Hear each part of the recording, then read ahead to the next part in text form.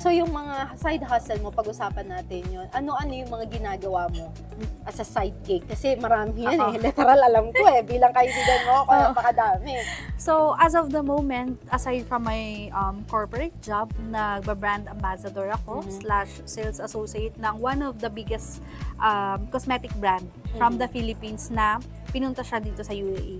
And aside doon, as of the moment, nasa recruitment din ako, recruitment specialist, wherein may mga partner kami here in UAE na naghahanap ng mga tao sa Pinas. And then kami yung nag-help na mag-orient, mag-onboard, I see. mag-interview, tapos papuntahin sila dito. So, I'm doing what I love. At the same time, nakakatulong ako sa mga kabayan natin na gustong pumunta dito. That's good.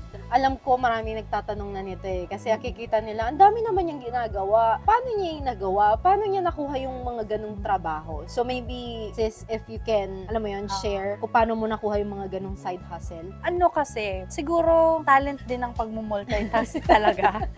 Nasanay lang siguro akong maging octopus minsan. Pero ang pinaka-importante talaga is I list down my task. I list down yung mga kailangan kong tapusin na day.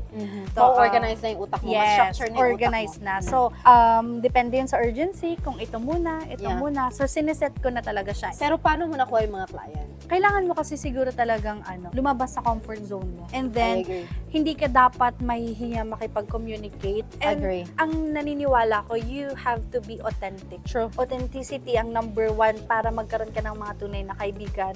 Kasi minsan, hindi naman business ang purpose ko kung bakit ako nakikipag-usap eh. I just want to know what you're doing. I just want to learn from you.